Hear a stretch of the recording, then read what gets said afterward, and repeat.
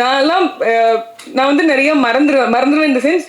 எனக்கு அவங்க கூட ரொம்ப நாள் ட்ராவல் பண்ணால் அப்படியே இருப்பேன். பட் ஆனால் என்னோட ஷூட்டிங் டேஸே ஒரு 2.5 டேஸ்ங்கிறனால எனக்கு எல்லாருமே அவ்வளோ பழக்கப்பட்டவங்க இல்லை, ஒரு ரெண்டு நாளுங்கிறனால.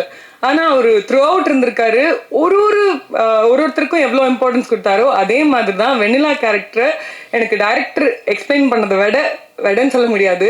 எனக்கு சீன் டைம்லலாம் வந்துட்டு வெண்ணிலா வந்து அவருக்கு அவ்வளோ பிடிக்கும்.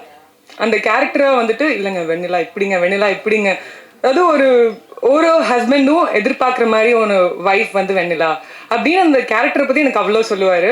So he's such a talent Kanna Ravi. And Sanjeev sir கூட நான் ஒர்க் பண்ணல, ஆனால் இவங்க எல்லாரும் சொல்கிறத பார்த்து நான் ஒர்க் பண்ணாமல் விட்டுட்டேனே அப்படின்னு நான் யோசித்தேன். அண்ட் ரொம்ப முக்கியமான விஷயம் ரேகா மேம். எனக்கு அவங்கள நான் வெப் சீரிஸ் பார்க்குறதுக்கு முன்னாடி அவங்கள பார்த்தேன். அவங்க தான் அந்த கேரக்டர் பண்ணியிருக்காங்கன்னே எனக்கு தெரில. அவ்வளோ ஒரு டிரான்ஸ்ஃபர்மேஷன் மேம். ரொம்ப ரொம்ப ரொம்ப ரொம்ப நல்லா பண்ணியிருக்கீங்க.